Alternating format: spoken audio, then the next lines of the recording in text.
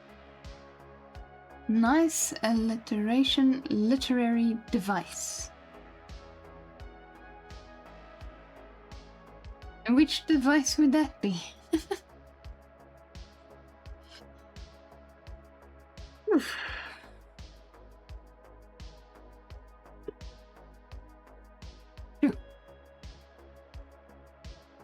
My nose won't stop itching for some reason.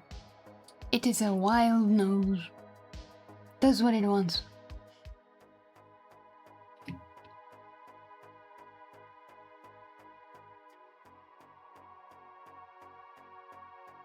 That was a wild chapter. What was it called again? The Ramadan.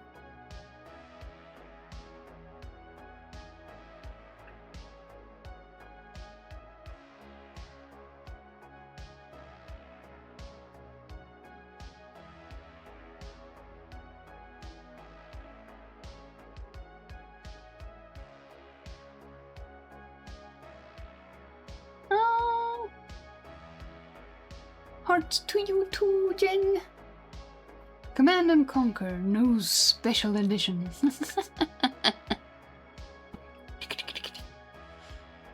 Sauntering along. Ah, I like that phrase. Alliteration is a literary device. Same beginning letter example. Wonderful wild world. Ah.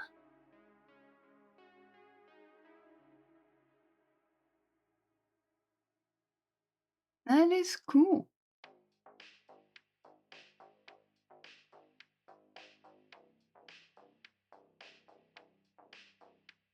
Wandering along. I do like that too. I just imagine these guys like swinging their arms all casual, like, you know, just like logical logic. Yes.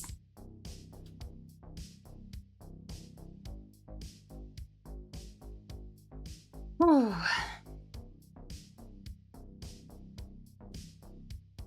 Ooh. How long is this chapter?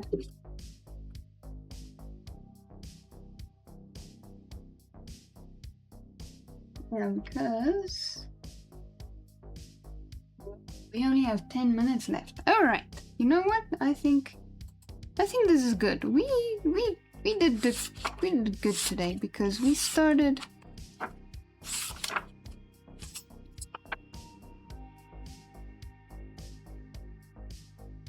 We started with not wheelbarrow. We started with biographical. Chapter 12. And we are ending at chapter 18.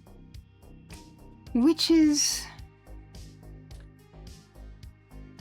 not bad. It is now time to get the dictionary. A loud laughing lad. Alrighty, I'm gonna go to the BRB screen just so I can go get my dictionary. We've got 1, 2, 3, 4, 5, 6, 7, 8, 9, 10 words today.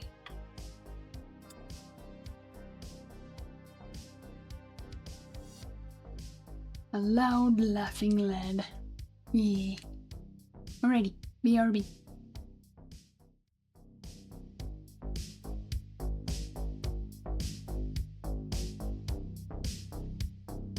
You're about to head out the door. God bless you, chatting in your stream. Thank you for being here, Sen. See you again soon. Have an excellent rest of your day.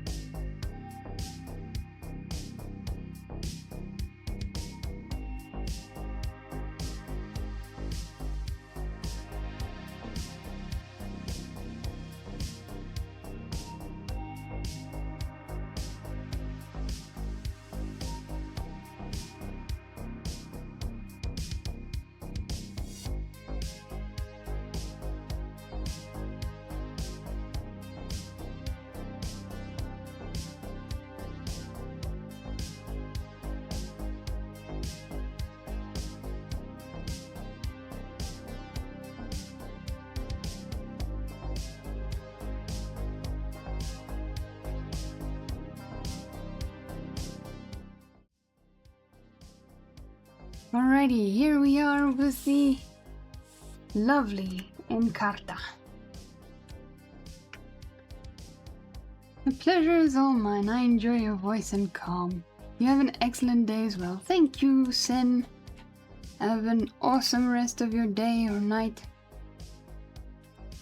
And thank you for hanging out and chatting away. I appreciate it. Okay. We start with A.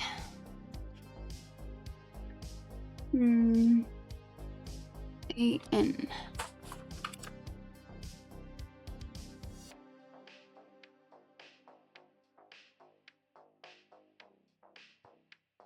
Annuitants.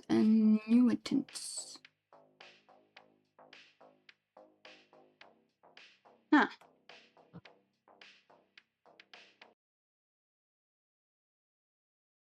So here it is. Let me just bring the book a little closer. Annuitant. Somebody who is entitled to receive an annuity. Annuity. Money paid at regular intervals. An amount of money paid to somebody yearly or at some other regular intervals. Investment paying annual sum. Type of investment that earns the investor a fixed amount of money each year for a number of years, often the inventor's lifetime. Contract for annual payment. The right to receive or the obligation to pay an annuity. 15th century via French annuité, from medieval Latin annuitas, from Latin annus.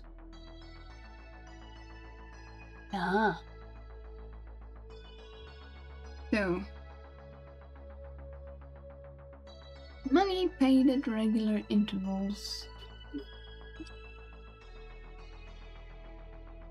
So, I'm gonna say investment money.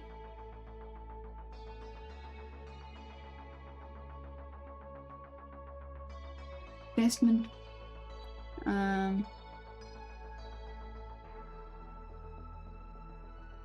investment paying or investment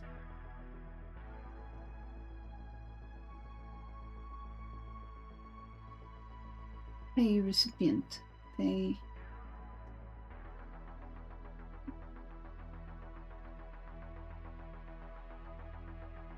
alright. And then the other one is assented.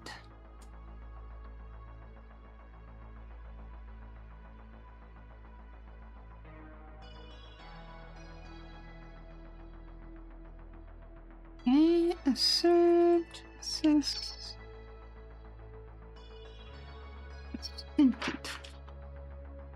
Assert, assentation.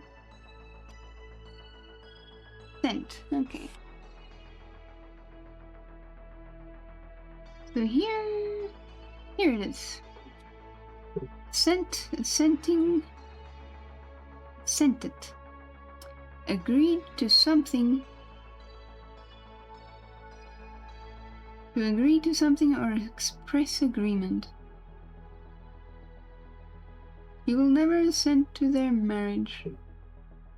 That's a good example. Expression of agreement. An expression of agreement or acceptance. 13th century. Via Old French assenter, from ultimately Latin assentire. Literally to feel towards. Interesting.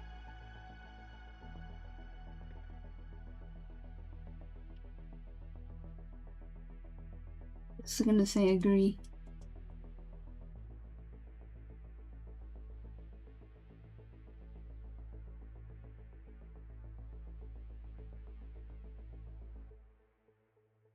Yay.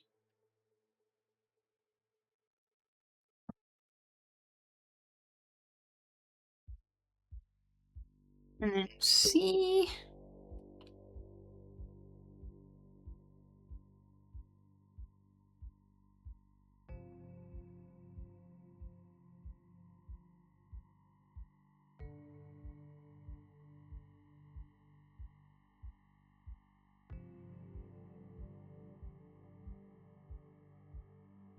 Alright, here.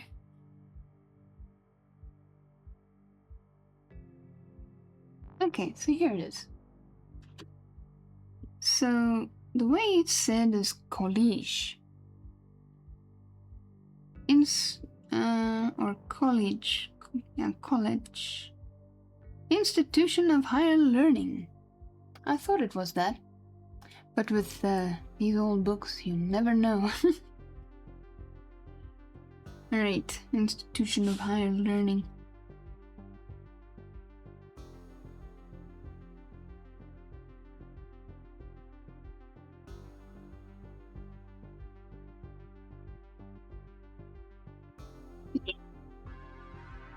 Sometimes my brain just have a brain fart moment, and then words that I know, I'm not exactly sure what it means. Pop in again. Yes, do pop in again. Alrighty.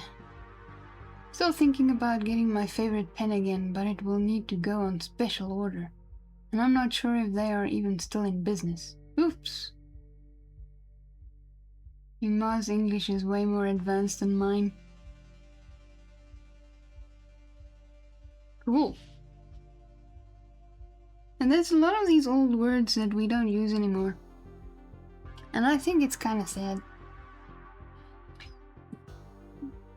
Just gonna say school.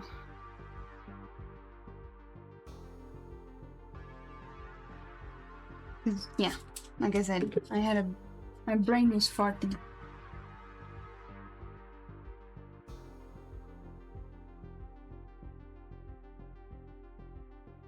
Alrighty, I.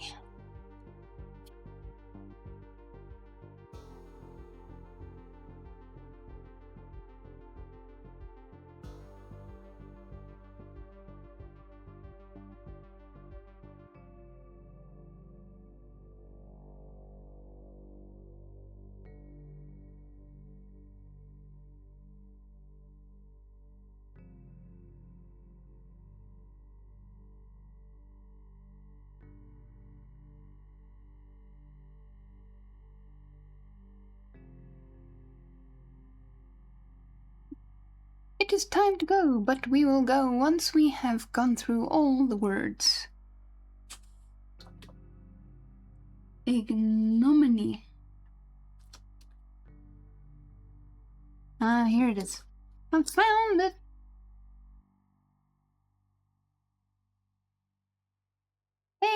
Ignominy. Disgrace and dishonor.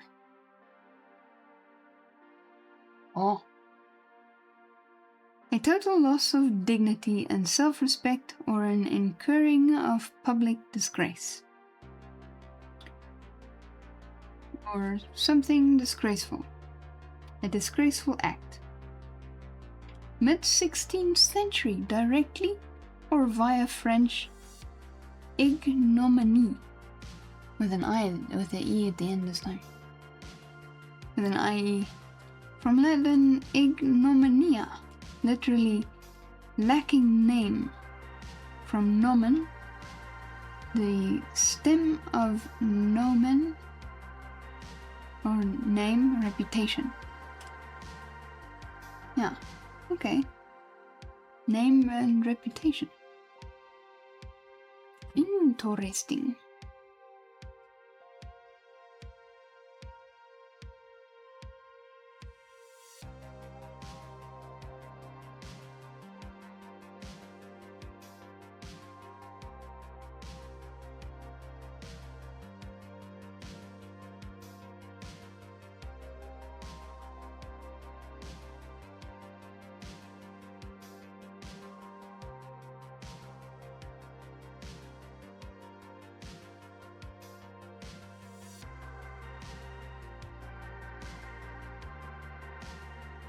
Righty, and then we're off to S. We've got a lot of S words.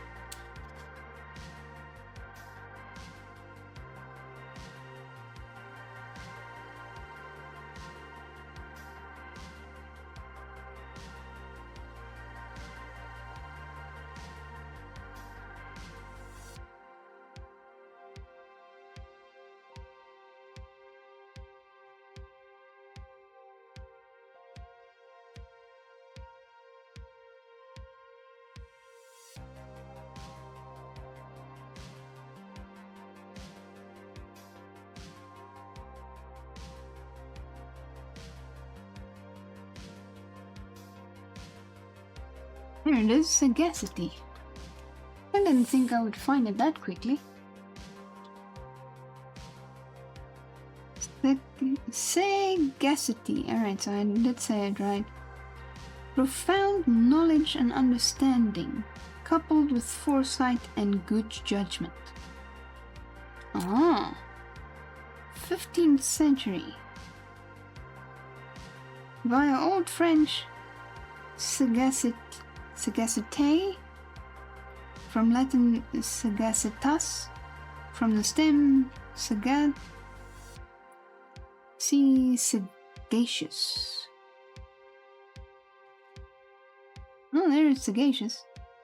Having or based on a profound knowledge and understanding of the world combined with intelligence and good judgment.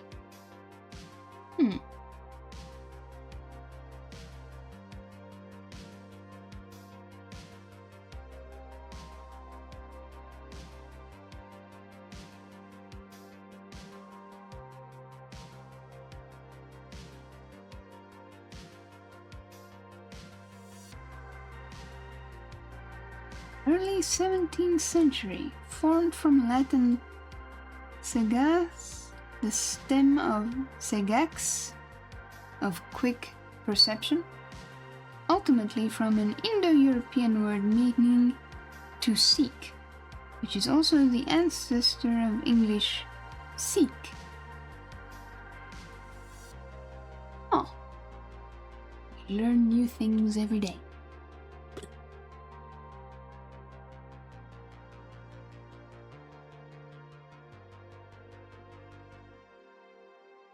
Look for modicum.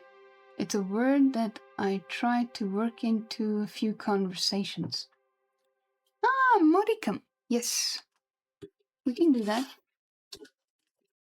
Put my little notebook there.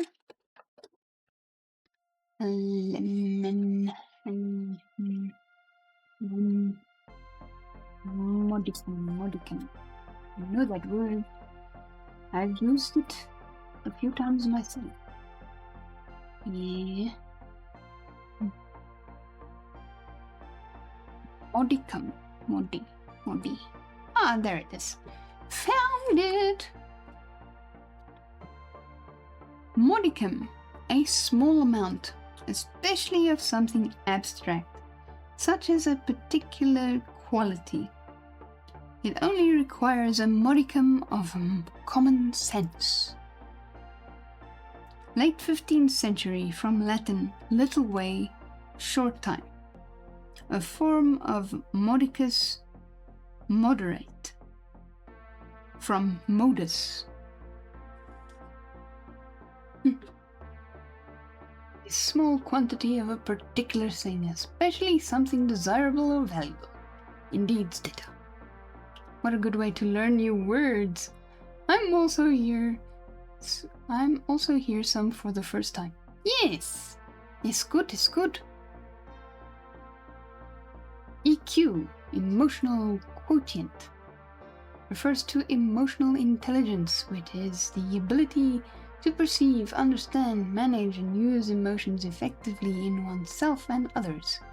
It involves self-awareness, self-management, empathy, and social skills to navigate stress, communicate well, and overcome challenges. Indeed, data. Indeed.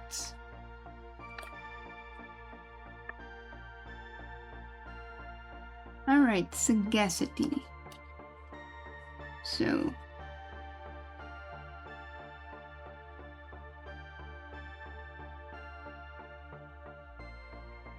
let's just say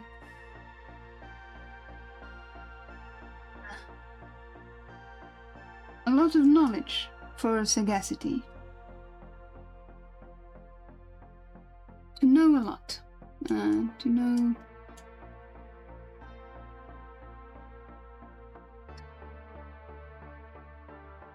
about something.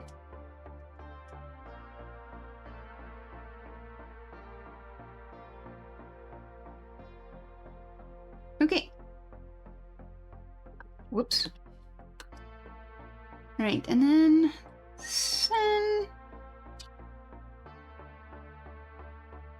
Sanguinary. What?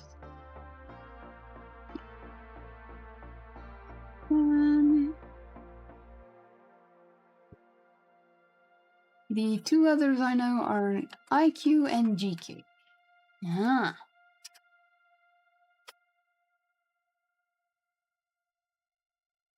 Sandbags, Sand Martin, Sanitary, San Pedro. Okay. We are Sangoma. Alright, we want Sanguinary. Ah, found it. Beep. It's a big book. Don't know if you guys can see. Can you see that? I've been going through these and I'm not even sure if you guys can read that. There it is. Sanguinary. Involving bloodshed. Bloodthirsty or eager to kill. Wow. Bloodied, consisting of or stained with blood. Sanguinarily. Wow. Sanguinariness.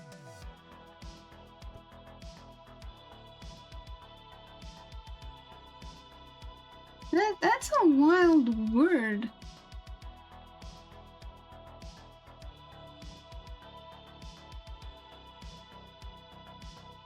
I'm gonna say bloodthirsty / bloodshed.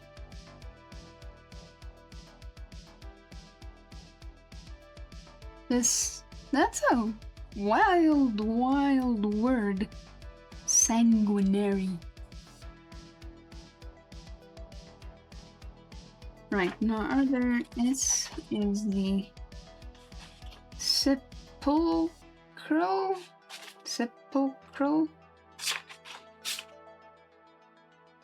Right, don't really know that word either. ABC.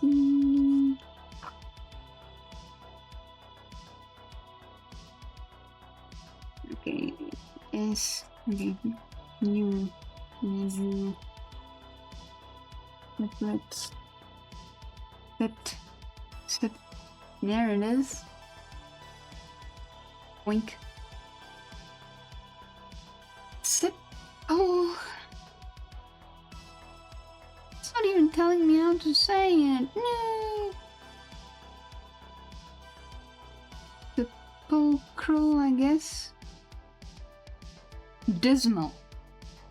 Suggesting or possessing the characteristics associated with the grave.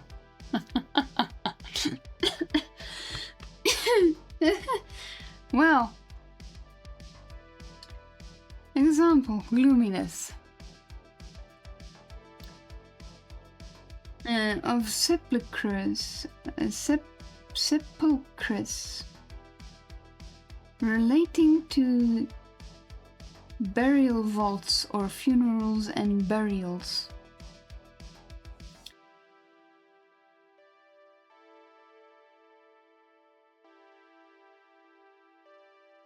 Okay, so we'll just say gloomy because that's the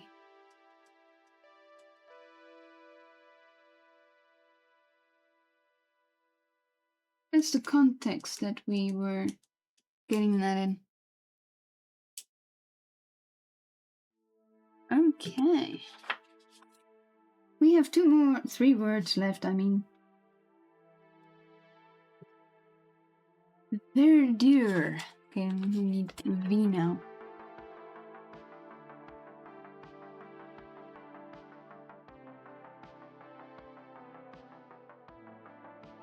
We have 2 V's.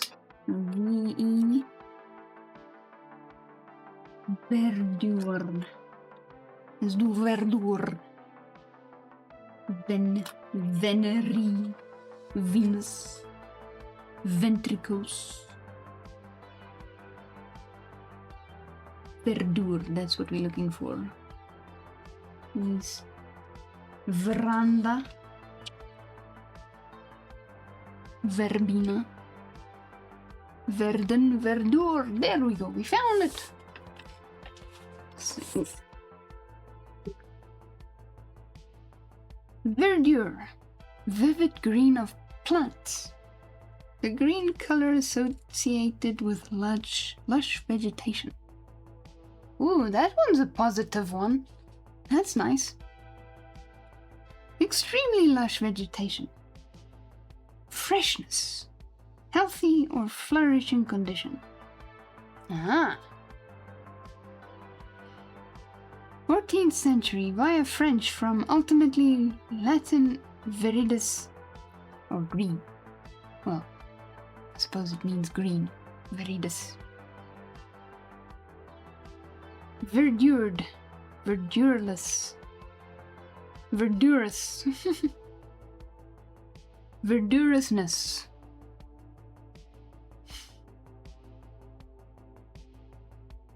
Some really cool words here. Alright. So I'm gonna say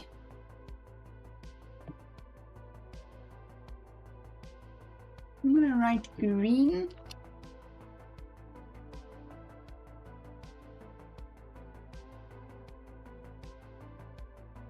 /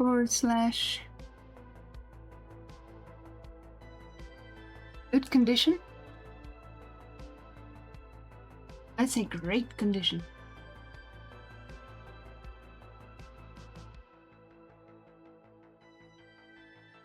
Ah.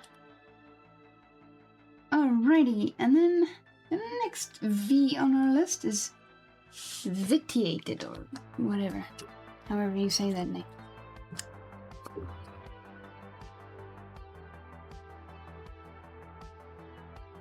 Vicarish.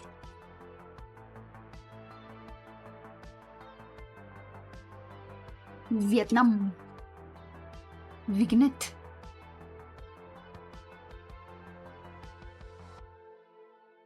Vilify.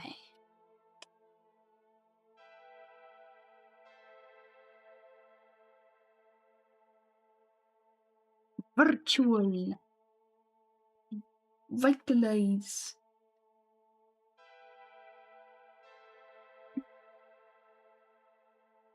Vitamin.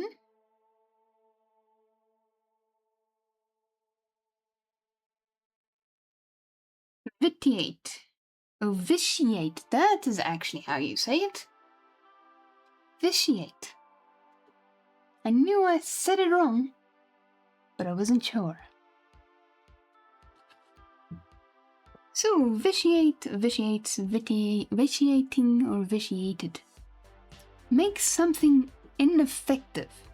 To destroy or drastically reduce the effectiveness of something or make it invalid.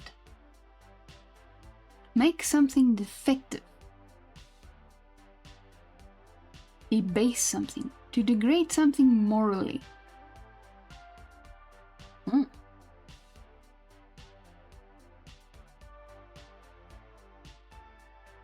Okay, so low effectiveness, I guess.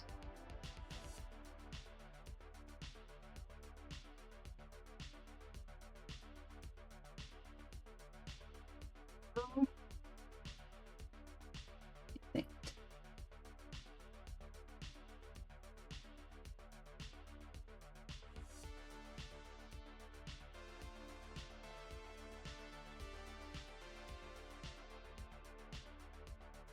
Valid.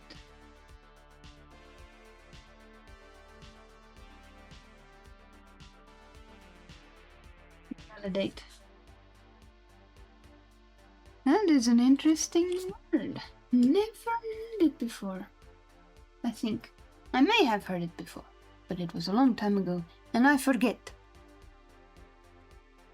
And then we have this very interesting word. I don't know if you guys can read that. Come on. Come on. No, it's the wrong way around anyway. Alright, let's see. Over here? There we go. This one. I don't know how to say it. I say it whites, but I'm not sure if that is the right way to say it. So we are going to learn together now. How do you say that word and what is it?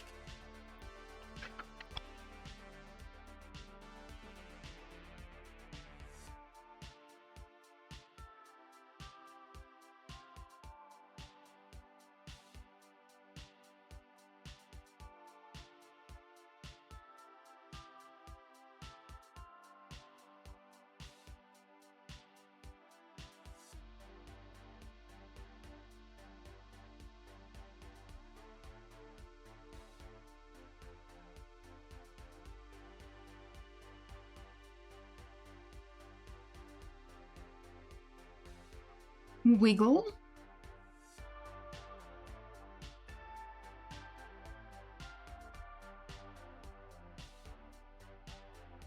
Alright, so there it is. Oh there, Hanman, welcome in. How is you? Could you put the word in chat? The word I'm looking for now?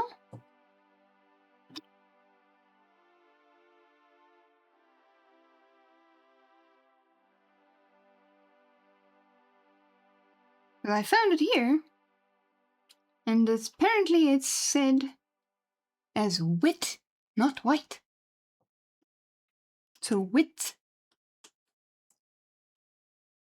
brave and strong, archaic. 13th century, from Old Norse. Ooh. Wicht, or vecht. A form of figure, skilled in arms. I pronounced it like the color white. Yes, I did too, but apparently the right way to say it is wit. W-I-T. Wit.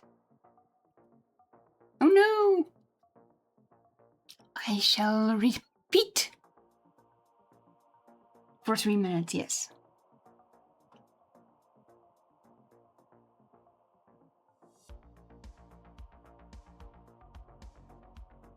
We shall wait for the return of our viewers from the ad break.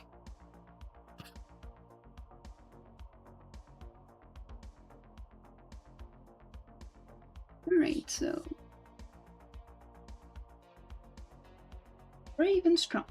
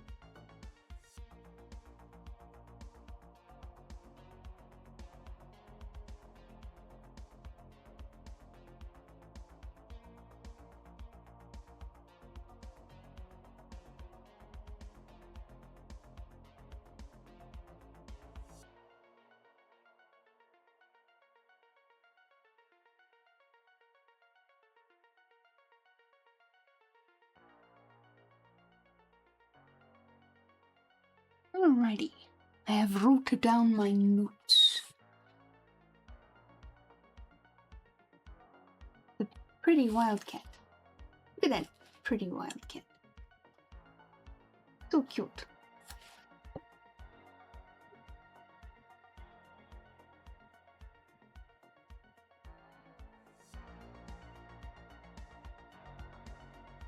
We have a few seconds left.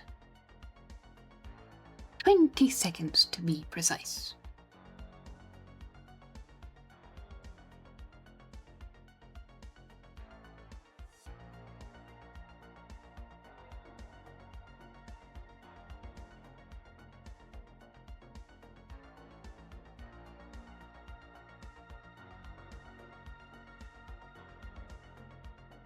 Are you guys back?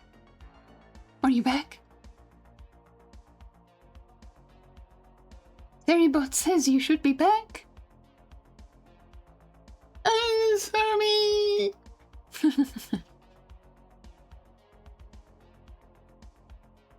Father Hunman, are you there?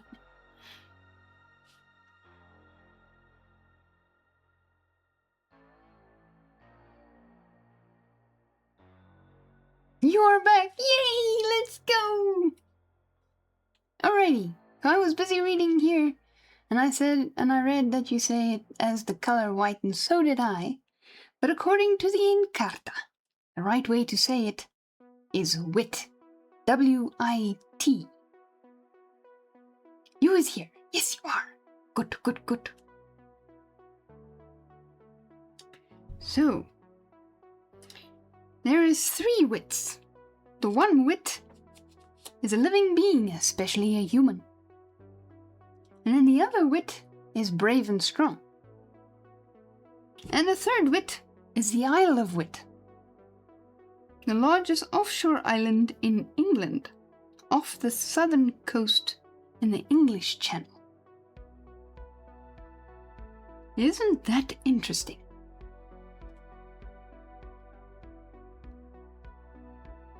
But why write it that way? I'm almost at my wit's end with this traffic. I bet you are. But yes, it's Let's have a look what the word wit as in W-I-T means. Since we're on that subject, why not? Alrighty, this one's on the far side of the other page.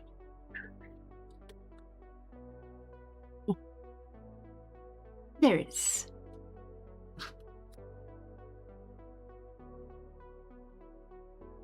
Wit. Ingenious humor.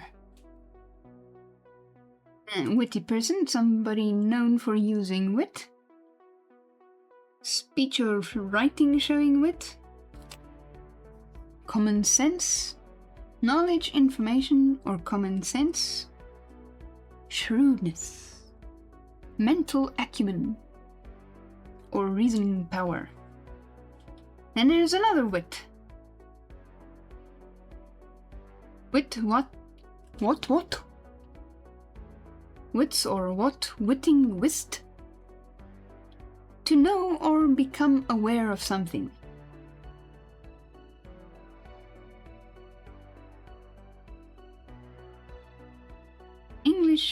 Old English witan, ultimately related to wit number 1. To wit, that is to say. Ah.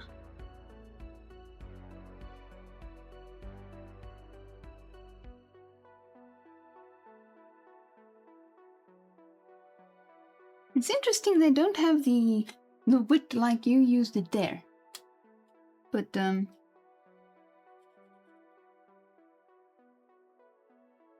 here it is. Wait.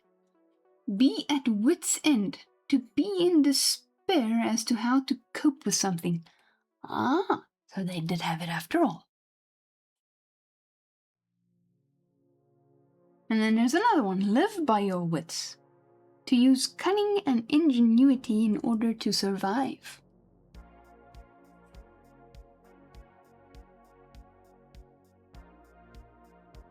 So when you say you're at your wit's end, you are in despair as to how to cope with something.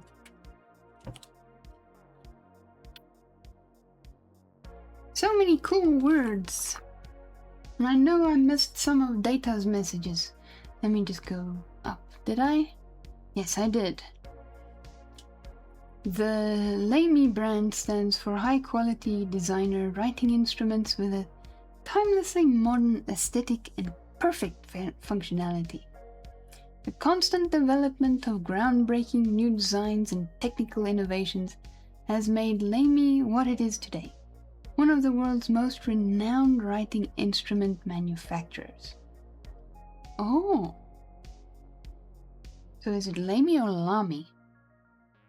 or Lamy.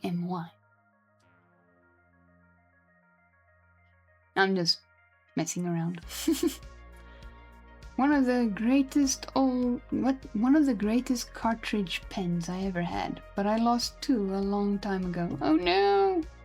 The first one was lost in Rockwell boarding school, and the other years later. But I think I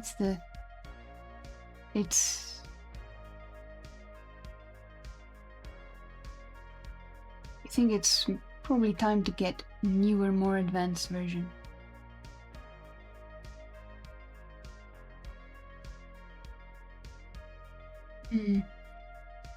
Okay.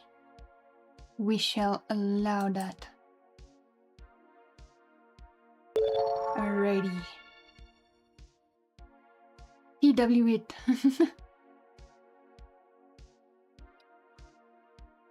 That sounds about right, now that I'm dealing with this Oakland traffic.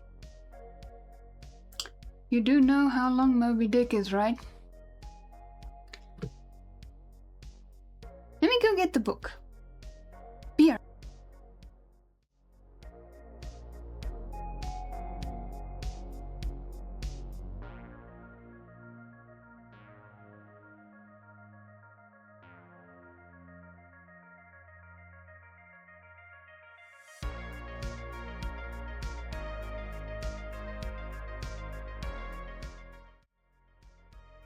Also, hello and welcome in, Boy Scout. It's gonna take me a year to get through it. Yes, well, I has the book. Just to zoom out. Here is the book. It's almost as thick as my Encarta. So yes, I know, it's quite the big story.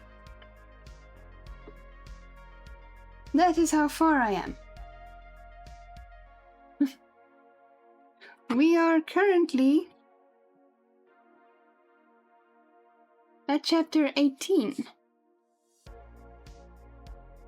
We did a good chunk today. We went from 12 to 18 today. I don't think it'll take me a year, but it will take me a while. It may take me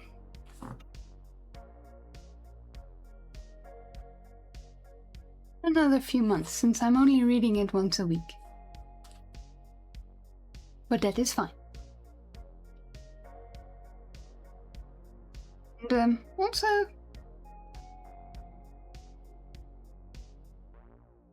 it's got some fair-sized print with the large margins. It's cool. But yeah, look at that beautiful book, eh? With the gold on the ends.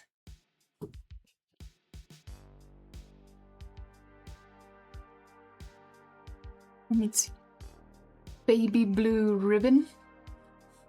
It's like a light blue ribbon. And to make it even more fun and interesting, I write down all the words that I don't know over there, and then I go through the Encarta, that bad boy, and then I write down the meanings. So, we is learning a lot of new words today, thanks to Moby Dick. You used to do that?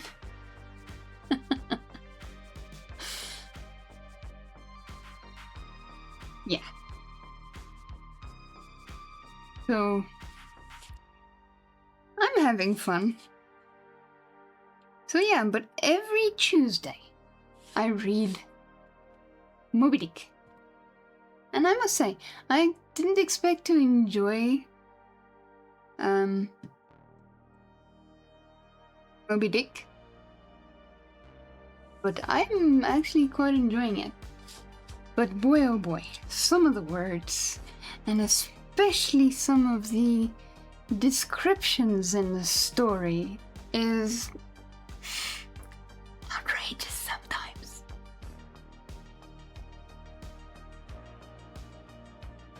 But it's cool. I'm enjoying it. You would have a dictionary and thesaurus. I don't have a thesaurus. I want to get me one though. I want to get me one. I grew up with one. To be fair, I didn't know how to use it because I was itty bitty. But I knew how to use the Encarta. And I learned a lot of words when I was young. And it's all thanks to the Encarta. I would hear a word being used in a movie or a TV show, and then I would try and find it in this dictionary. So this dictionary and I are good friends, and we've actually come quite a long way. I don't know how old I was when my mom brought it home one day. But yeah, she paid quite a lot for it, and I don't think you get this book anymore, the Encarta. But it's an excellent dictionary. Obviously now with new words and other discoveries and things, it's well, I don't think there is such a thing as a complete dictionary, but yeah, it might be a little less complete now. But yeah, I am wanting to get me a thesaurus. But it does help that I write down the words that I've been learning, so that when I do get one, I can go through the thesaurus, and see what it has to say about these very interesting words.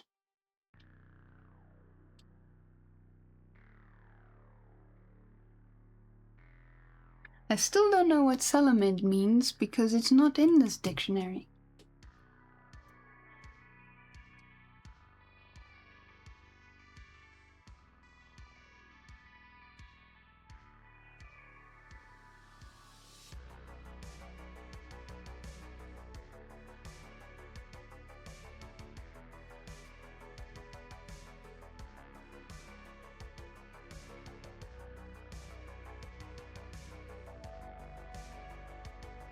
Just remember that I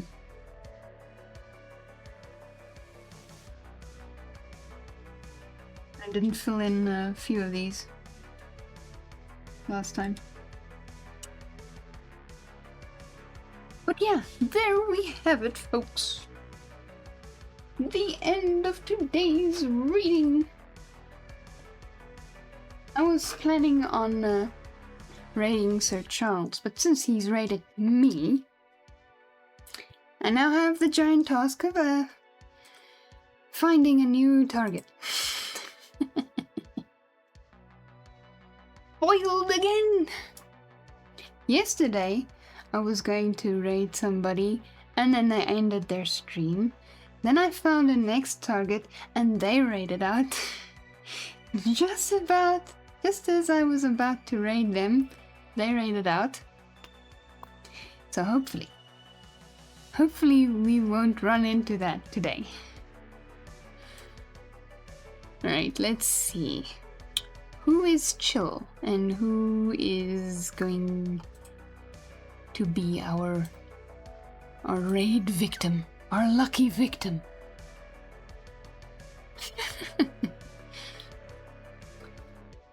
I think we ended up raiding Princess Giannis yesterday. I really seriously need to write these things down. Nug? Wait, I'm not following Nug. Is he live right now?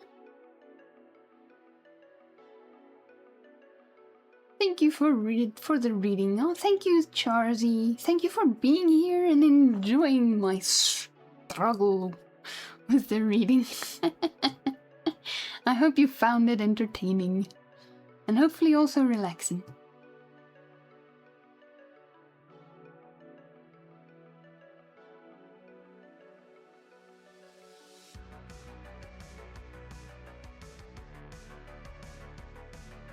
Right, let me see. Nug.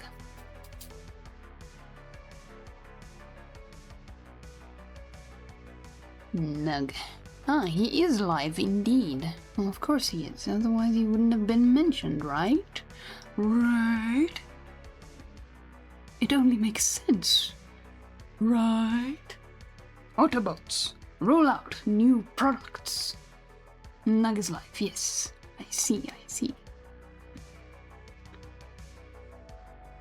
Ah, he's doing Bible and devotional reading.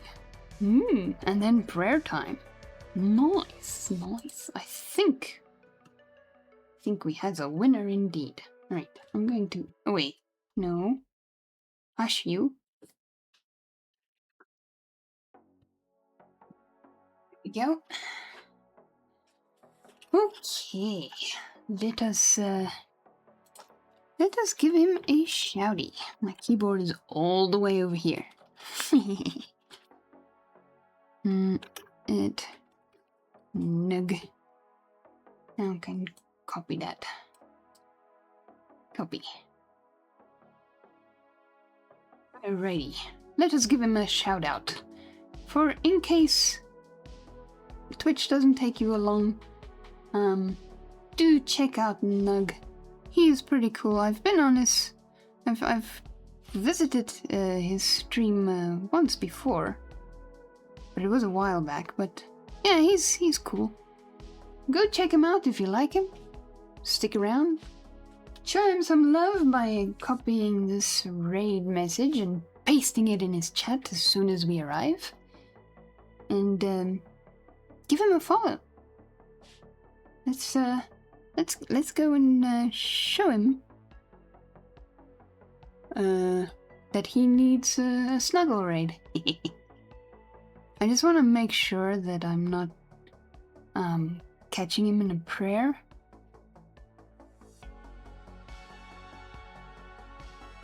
Because that's just rude to raid in during a prayer, because it does look like he's doing a prayer.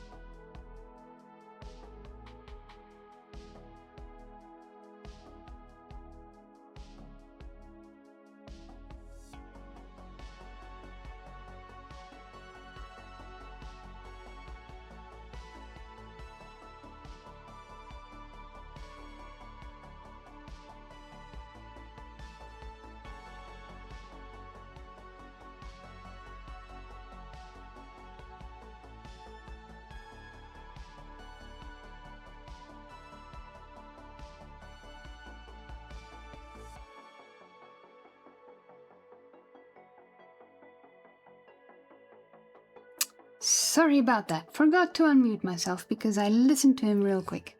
He's doing a prayer. But, yeah. As I was saying, I've got the raid command ready. And, yes. It's very funny. You know, it's better if we do this. Hold on.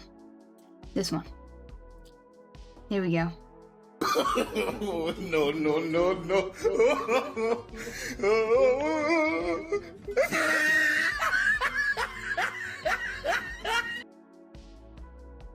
That's me. That is me. Silly old me. But yes. We have the raid. 2 hours later. Indeed. We have the raid thingy ready. Just waiting for him to finish his prayer. And then we're gonna raid out to him. And I was saying, thank you all for being here. You guys are awesome. Thank you for staying. The raiders, thank you for staying and chatting with me and enjoying the read. I'm glad you guys enjoy it. I love hearing how you guys enjoy it. You guys have no idea how much I appreciate it. And you guys are so awesome. You all got me in the feels, man. You all got me in the feels. With your awesomeness. So thank you. Thank you. Even the lurkers, you guys are awesome. I appreciate all the time you spend here with me.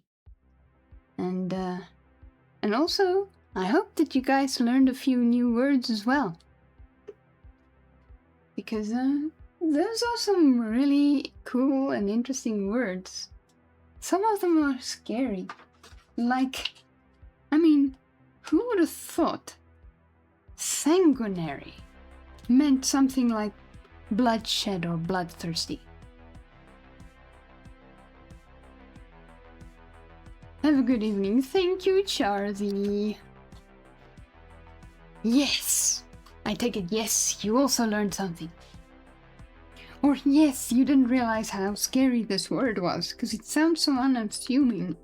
Sanguinary. Ah, man. Cool words, cool words. Learning a lot. But, yeah, looks like he's finished with his prayer. Let's go and give him a good old raid. And remember to give that raid message a sneaky little copy. I shall do it as well, before I forget.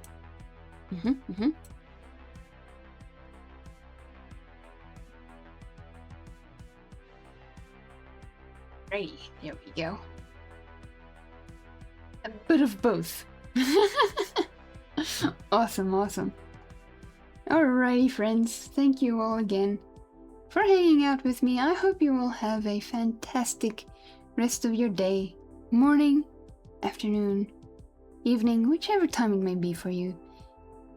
I hope that it's relaxing. And I'll see you guys tomorrow for some Subnautica shenanigans.